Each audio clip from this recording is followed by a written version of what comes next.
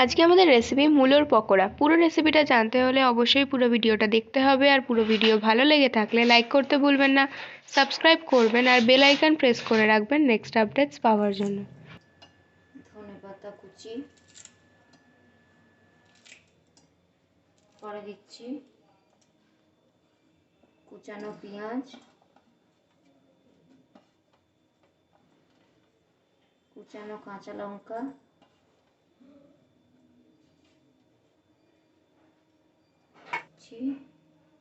খুব সরু সরু করে কুচানো মূলো,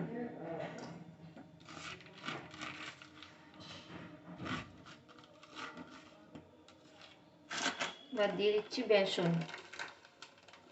বেসনটা পরিমাণ মতো মেখে বুঝে দেবেন। আর দেবো একটু নুন,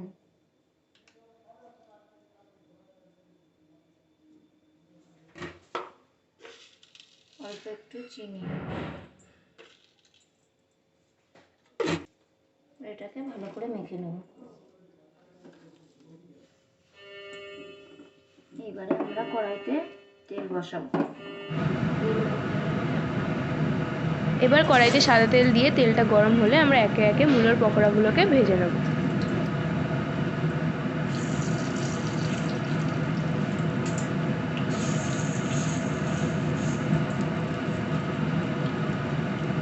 দু পিঠটা আমাদের ভালো করে ভেজে নিতে হবে।